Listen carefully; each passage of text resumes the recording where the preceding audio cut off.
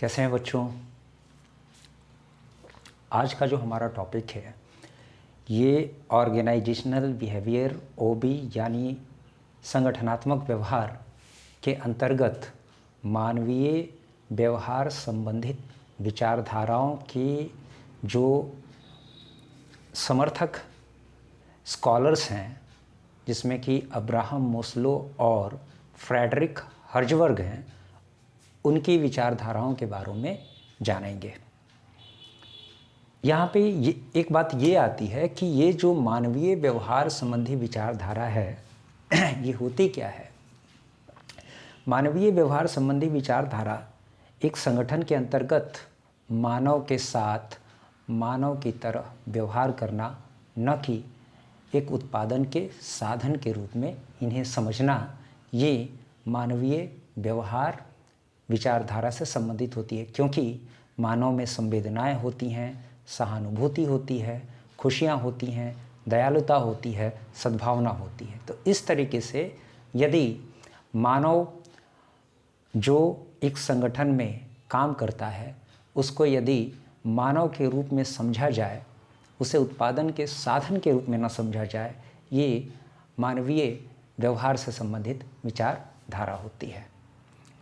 मानवीय व्यवहार से संबंधित विचारधाराओं को प्रतिपादित करने वाले बहुत सारे स्कॉलर्स हैं, जिसमें Abraham Maslow, Frederick Herzberg, Douglas McGregor, Tannenbaum और रेंसिस लिकर्ट जैसे विद्वान आते हैं। यहाँ पे हम लोग दो लोगों के बारे में देखेंगे, एक अब्राहम मोस्लो के बारे में तो दूसरा फ्रेडरिक हर्जबर्ग के बारे में, कि इनके मानवीय व्यवहार से संबंधित विचारधाराओं में क्या विचार थे। फ्रेडरिक अब्राहम मोस्लो ने मानवीय व्यवहार से संबंधित विचारधाराओं में मनुष्य की आवश्यकताओं का क्रम निर्धारित किया, जिसमें कि उन्होंने मनुष्य की आवश्यकताओं के क्रम में शारीरिक आवश्यकता, उसकी सुरक्षा से संबंधित आवश्यकता, सामाजिक आवश्यकता, सम्मान की आवश्यकता और आत्म प्राप्ति की आवश्यकताओं को उसकी वरीयता के क्रम में विभाजित किया है। शारीरिक आवश्यकता से तात्पर्य मोस्लो ने कहा था कि एक मनुष्य को जीवित रहने के लिए भोजन, वस्त्र, निद्रा और मकान चाहिए होता है। दूसरा, जो सुरक्षा से संबंधित आवश्यकता है उसको उन्होंने दो भागों में बांटा, भौतिक सुरक्षा और आर्थिक सुरक्षा। भौतिक सुरक्षा में दुर्घटना, आक्रमण या बीमारी आते हैं। दुर्घटना किसी प्रकार का कोई आक्रमण कर दे या फिर किसी बीमारी से बचने के लिए भौतिक सुरक्षा के अंतर्गत अपनी व्यवस्था की जाती है। मनोवैज्ञानिक सुरक्षा के अंतर्गत प्रत्येक व्यक्ति अपनी प्रतिष्ठा को बचाना चाहता है।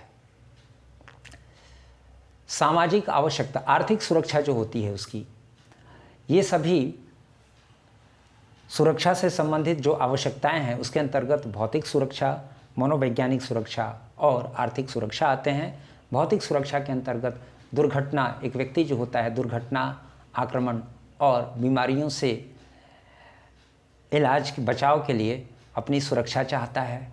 मनोवैज्ञानिक सुरक्षा के अंतर्गत वह समाज में अपनी प्रतिष्ठा चाहता है और आर्थिक सुरक्षा के अंतर्गत वह रोज़गार और बुढ़ापे में धन की व्यवस्था, बुढ़ापा किस तरीके से कटे इसकी व्यवस्था वो चाहता है। अगली जो कैटेगरी है इसकी सुरक्षा की आवश्यकता के बाद में, वो है सामाजिक आवश्यकता। सामाजिक आवश्यकता में व्यक्ति के लिए मित्र और संबंध आवश्यक होते हैं। सम्मान की आवश्यकता जो होती है, सम्मान की आवश्यकता में प्रत्येक व्यक्ति समाज में ऊंचा पद प्राप्त करना चाहता है जो कि उसके सम्मान से जुड़ा हुआ होता है। आत्म प्राप्ति की आवश्यकता के अंतर्गत व्यक्ति जो भी बनना चाहता है वह बनने की अगर चाहत रखता है वो बन जाए, ये उसकी आत्म प्राप्ति की सुरक्षा होती है। अगर कोई संगीतकार, अगर कोई संगीत सीखकर संगीतज्ञ बनना चाहता है, कोई पढ़ कर के आईएएस आईपीएस बनना चाहता है, या फिर जो उसकी इच्छा होती है उसके अनुरूप बनना चाहता है और वह बनने में कामयाब हो भी जाता है, वही उसकी आत्म प्राप्ति की सुरक्षा के अंतर्गत आता है। ये सभी अब्राहम मास्लो के मनुष्य की आवश्यकताओं के क्रम के निर्धारण से संबंधित मानवीय व्यवहार का परिचय है। अब चलते हैं स्कॉलर फ्रेडरिक हर्ज़बर्ग ने क्या कहा था। फ्रेडरिक हर्ज़बर्ग ने कहा था कि संगठन में काम करने वाले लोगों के अभिप्रेरक तत्वों को दो भागों में बांटा जा सकता है, और हर्ज़बर्ग ने संगठन में काम करने वाले लोगों के साक्षात्कार के माध्यम से अभिप्रेरक तत्वों को दो भागों में बांटा था। एक जो अभिप्रेरक तत्व है उसे अनुरक्षक, आरोग्यवर्धक या असंतोषजनक तत्व के रूप में जाना जाता है। इनका संबंध कार्य के वातावरण से होता है और इनकी अनुपस्थिति में कार्य करने पर व्यक्ति हतोत्साहित होता है। हालांकि इसकी उपस्थिति रहने पर वह प्रोत्साहित तो नहीं होता, लेकिन इसकी जब अनुपस्थिति हो जाती है तो वो हतोत्साहित होता है। इसमें सबसे पहला है कंपनी की नीति। कंपनी की नीतियां अगर कर्मचारी के अनुकूल होते हैं तो वह उसमें उत्साहवर्धक तरीके से काम करता है। दूसरा है वेतन अनुकूल होंगे वह काम करेगा। वेतन में अगर कमी या कटौती कर दी जाए तो वह हतोत्साहित हो जाता है। तीसरा है काम करने की दशा। जिस वातावरण में वो काम करता है उसमें सहकर्मियों के साथ उसकी स्थिति और काम की जो श्रेणी है जो उसे दिया गया है वो उसके संतुष्टि को प्रभावित, यानी उसके कार्य अभिप्रेरण को प्रभावित करता है। चौथा है नौकरी की सुरक्षा। अगर नौकरी की सुरक्षा है तो ये उसके लिए संतोषजनक है। अन्यथा अगर असुरक्षित नौकरी है, यानी कभी भी उसे हटाया जा सकता है नौकरी से, तो वह हतोत्साहित होता है। पांचवा जो है ये उसका वातावरण है, यानी संगठन का वातावरण जिसके अंतर्गत वह काम करता है। संगठन के वातावरण अगर उसके अनुकूल हैं तो वह काम करता है, प्रतिकूल होने पर वह हतोत्साहित होता है। नेक्स्ट जो है वो है आपका ये सहकर्मियों का पारस्परिक संबंध।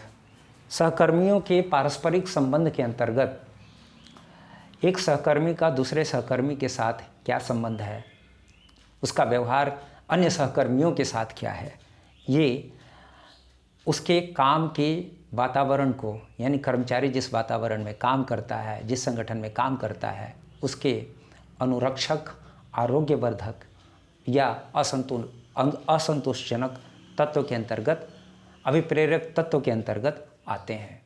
अगला जो आपका ये तत्व है जिसकी दूसरी श्रेणी है अभिप्रेरक या संतोषजनक तत्व। कौन कौन से आते हैं इसके अंतर्गत?